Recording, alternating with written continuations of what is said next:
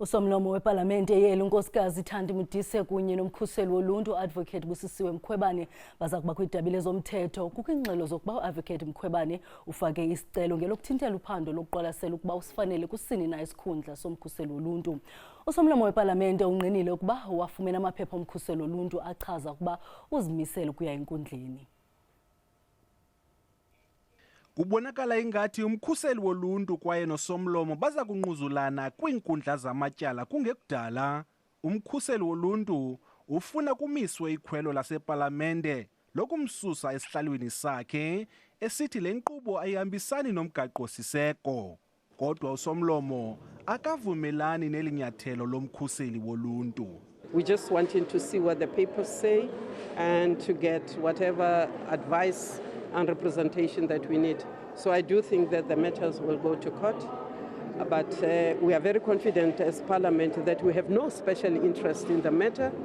We have a motion in front of us which in terms of the rules we cannot ignore.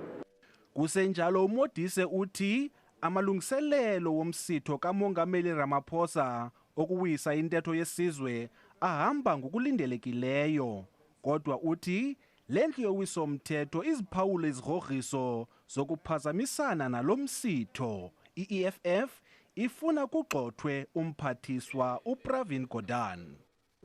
Any joint sitting is held and is chaired in accordance with the joint rules of that sitting, and that is the only thing that we will be applying.